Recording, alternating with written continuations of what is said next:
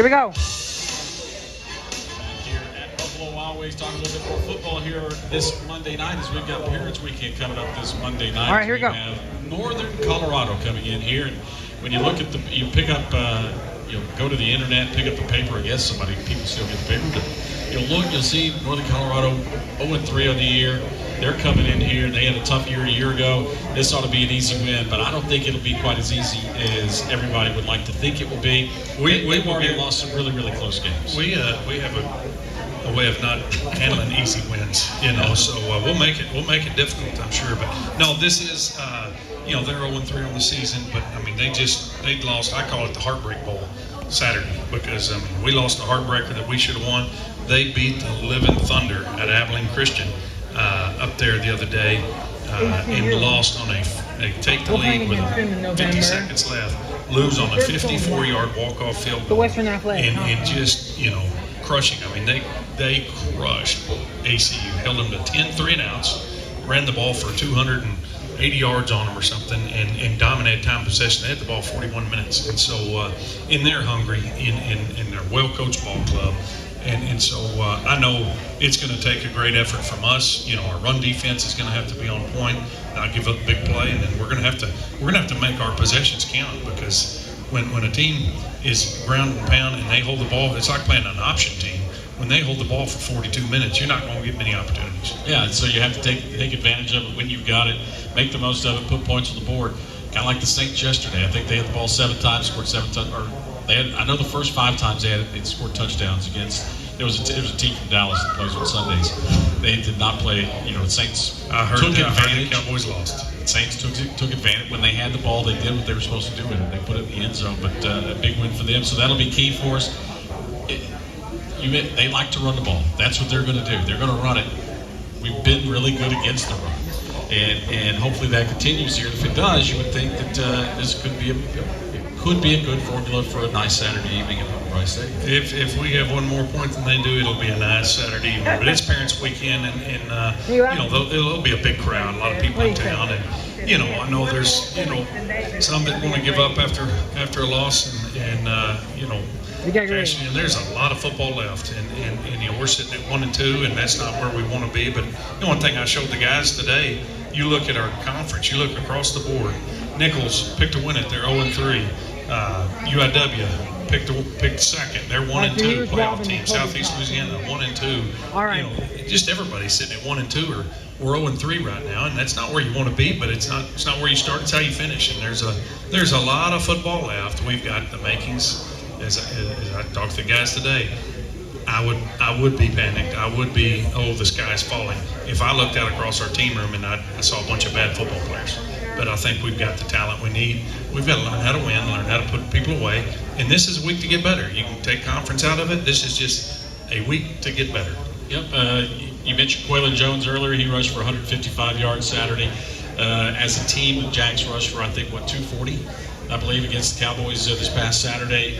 And you got Anthony Williams back. You had really a fourth tailback to that, what is already really maybe the best position group on the team so far. But I thought Williams, the one touch he had, and it was the first time, obviously, we've seen him on the field, but he lines up in the slot, goes in motion from the left side to the right side. Nobody from McNeese goes with him. Easy touchdown, and that's where he really... It wasn't even easy. He fell down on the 5-inch. True. We tried not to score on that play. But he fell. He fell in. Both fell on the goal line. But he was so wide open that he just started to stumble and fell. I mean, the closest guy to it was 10 or 15 yards away, I think. But it was good to have Anthony back. He brings a lot of leadership. He's a single-digit guy, and so it was nice to see him back in the lineup, and we've still got a few guys out. We're beat up a little bit up front in the O-line, and that's an issue. But somebody's got to step up and take those reps and get the production that we need. So you move your center from center to tackle. He played center the first 2 weeks, plays tackle for you this past week, and I know that even just that move, there was still some other movement that went on during the game, because we had a couple other guys get picked up during the game. But I thought overall they did a good job up front. They did, and we ran well, but there's still, some things we got to fit better. And we run inside zone. I mean, we've got to make that line of scrimmage needs to move. Right now, we're leaning on people, and we need to strain. we need to roll our hips through and take over. And some of that's technique, some of that's, getting familiar with the offense and how things are clicking. But again, you saw the improvement from week 2 to week 3. And so I hope we continue to see that, because we're going to need to make those possessions count. Yep. Again, this Saturday evening, Northern Colorado comes in here. Following that, Lumberjacks have a weekend off, so they'll be off on the 28th, and then at home October 5th. So we'll be back here 2 weeks from tonight here at Buffalo Wild Wings for the next edition of Coach's Show, as the Jacks will host Northwestern State on October 5th, and then back-to-back road games in October at Lamar and at Southeastern Louisiana in mid-October. Coach touched on it a few moments ago. This coming Wednesday, September 18th, is the SFA Day of Giving. And if you haven't seen or heard anything about that, it's a concentrated effort to identify and to get people involved. We talked with Michael McBroom about it before we went to North Texas, because that North Texas game is a great way. It's how athletics does its part in getting people to reconnect with the university, because there were a lot of people that came to that football game that may or may not have been to a football game in 25 years, right, because it was in their backyard.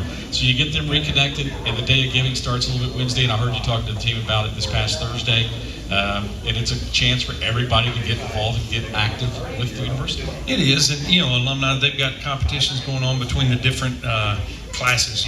Whenever people graduated from SFA, competitions going on between the different colleges on campus, and there's some competition going on between the Lumberjack football or athletic teams and cheer and dance, and so that's good. And it's about it gives us a great reason to reach out to, yes, the alums, but also other people that are maybe closely involved or have some sort of affiliation, but maybe have never been asked, and just get them involved. I mean, it's not about, hey, I don't need a $1,000 check from me. $5 goes a long ways, and just giving, just kind of getting that philanthropic, going in the community and with our outreach of the university. Being on a fixed income now, how about 2 dozen eggs? Is there a chance 2 dozen eggs would work? If you bring me the 2 dozen eggs, I'll donate $5 in your. There you go. I'll take care of that. So they're hard boiled, or you want them? I want them fresh, farm fresh. That way I can crack one for all. Straight from the chicken there. So this is how you can donate any amount. It's a 24-hour period. It starts Wednesday. You can go online. There are links. You can choose, if you so desire, you can choose any of the university's 18 athletic programs to support. The team keeps the amount that you'll donate this Wednesday. Contributions will help support the Jacks. They, buy equipment, travel, uniforms, training facilities, all that sorts of thing. A donation of $30 or more will receive. You get a free T-shirt. It's kind of like giving blood. There's not many T-shirts you can buy less than $30, so you're kind of coming out ahead there. Yeah, so there you go. So don't forget, Wednesday, check sfasu.edu. There'll be a link, or call Coach Carter. I'll direct it. Yeah, there you go. So there you go. This is coming Wednesday, the Day of Giving for Lumberjack, for the university. So we want everybody involved there, and hope everybody can get involved and participate in that this coming Wednesday. Saturday, Well, we'll need to tell Pops and maybe Miss Eileen as well. We've talked a little bit about the X's and O's of it, that you got to stop the run. You got to take advantage of having the ball when you have it. You can't let those opportunities go by to not score points. How big? I got after last week. I think this would take some added importance. I mean, you're not backs aren't against the wall or anything. As you said, we played 3 games, but the urgency to win becomes greater. It does and it doesn't. Had we not fumbled the ball on air through the end zone or given up a Hail Mary, this game means the same that it would have.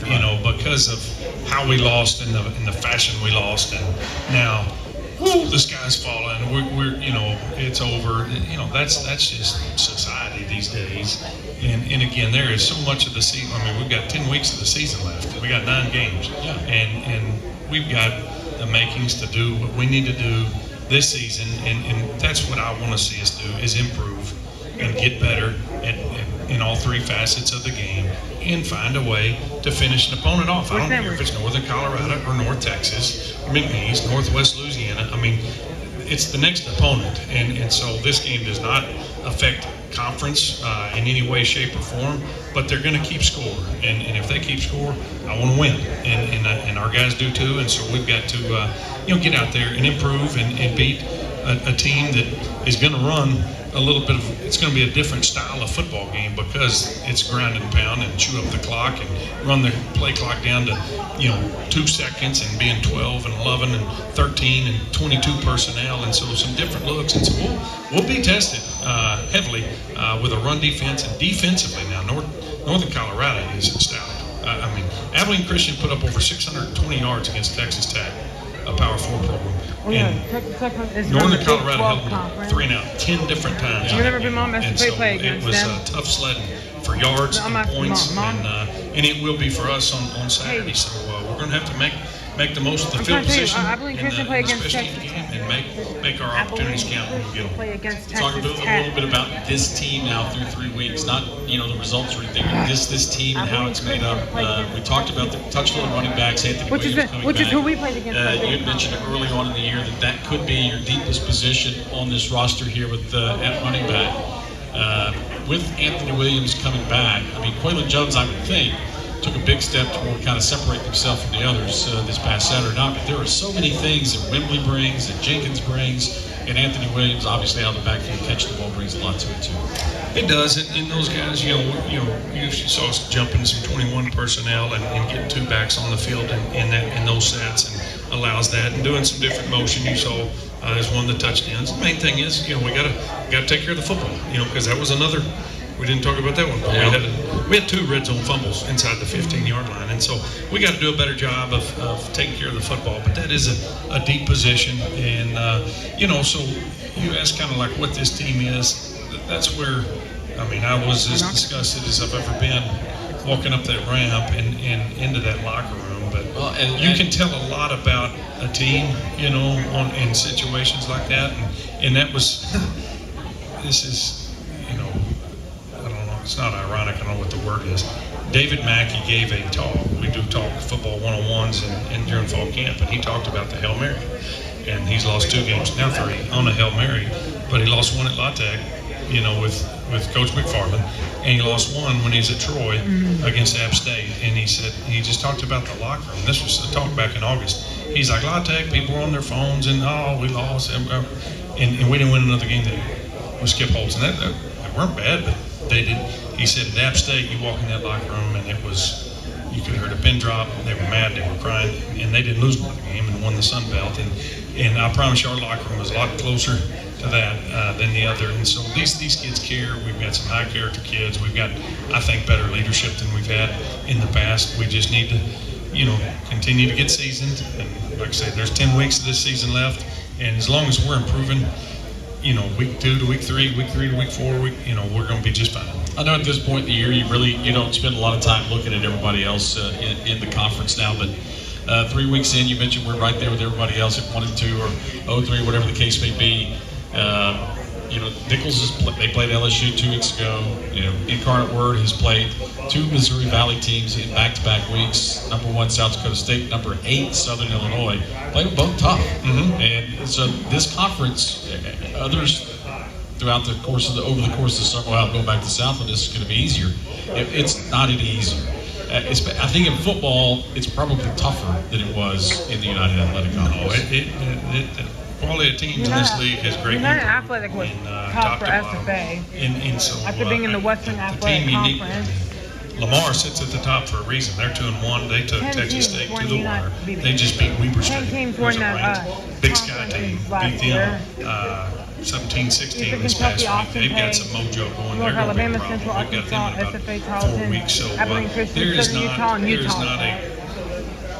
week on the schedule. You look, hey, Scott team, get ready. That was the warm-up scrimmage against North American. So you better have your A game and be strapped, buckled up, and ready to play for 60 minutes each week, or you're going to end up like we did Saturday on the wrong side of things. So you touched on the team, the composition of this team, and their reaction following this past weekend. Do you feel like that you get a good bounce back, good week of work here for Northern Colorado out of them? Yeah, we're going to find out here in about 12 hours. We hit that practice field for Tuesday morning, and that's one of the things we talked about. this is probably sharing more than I should, but we've got great kids. But we had several guys late to pregame meal. We had a couple guys not wearing their travel suit. Things like that matter. How you do anything is how you do everything. And so that was my message in the locker room was, hey, this sucks, this hurts, blah, blah, blah.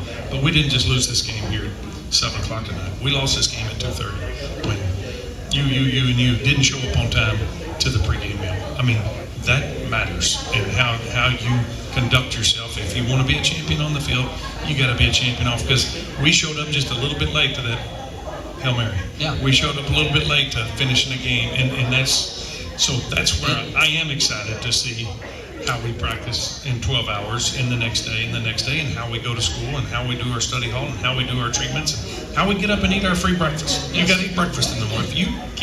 If we have to manage that, we're having to manage too much. Right, and for those that didn't grow up in the athletic world, some people just don't understand. Well, it's not that important. You didn't wear your travel suit, but Watch Nick Saban and Kirby Smart talk about tucking your shirt tail in. That's it. I mean, it's the attention to detail. It's the if this is what I was told to do, this is the way I'm supposed to do it, and you do it this way every time. Because if you build habits. Yep. And it seems somewhat silly. I mean, I can recall 15, 20 years ago a discussion with a coach about earrings. Mm-hmm. Earrings and caps in the field house. Can't have them.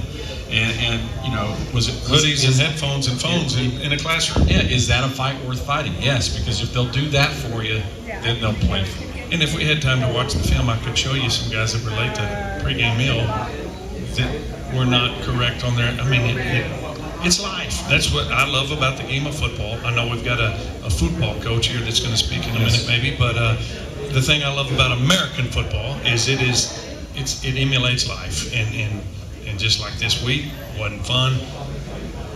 We failed. Oh no, what do we do? Hey, tough times. Tough people last. Tough times don't. And so let's push through. Let's get better and not let it happen again. So you'll be there Saturday. You're going to show up. I'll be there with bells on, and we'll have a loving out there, and we'll give them hell for 60 minutes, whatever it takes. That's kind of the thing this week. Whatever it takes, find a way to win a game. Speaking of 60 minutes, we'll have 60 minutes of nonstop talk beginning at 6 p.m. as we get ready for the Lumberjacks in Northern Colorado. 6 o'clock here on the Lumberjack Sports Network. 7 o'clock kick from Homer Bryce Stadium. Final non-conference game of the year before the Jacks take a week off and then return October 5th to host Northwestern State in another Southland Conference match. So, Colby Carthel here tonight. Again, hope you can join us in the stadium. It'll be Parents Weekend. Should be a big crowd on hand, and that too should help. There's going to be a lot going on. Lumberjack Marching Band, oldest town from the oldest town. It'll be a fun game day. Jessica Dorsey's doing a great job with her game ops and that admin team, and so it'll be a fun afternoon, fun tailgate, and hopefully a fun football game for Lumberjack fans everywhere. And one request: my dad's here tonight, 84 years old, so happy birthday. I have to sing? Yeah. He wondered, is there a chance?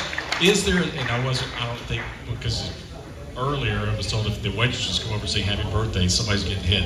But any chance you could score 84? Can we rewind back to North America? Well, we could have done it. There's your 84. All right. We'll be lucky. Yeah. No, we can't. If we score 30, I think we win this coming weekend. If they have less than, yes, you are correct. Well, come on, defense. There you go. All right, well, that's Colby Carthel. We're going to talk a little soccer coming up here for the rest of the OSFA Coach Show. Take a quick time out, back with more after this on the Lumberjack Sports Network from Northfield.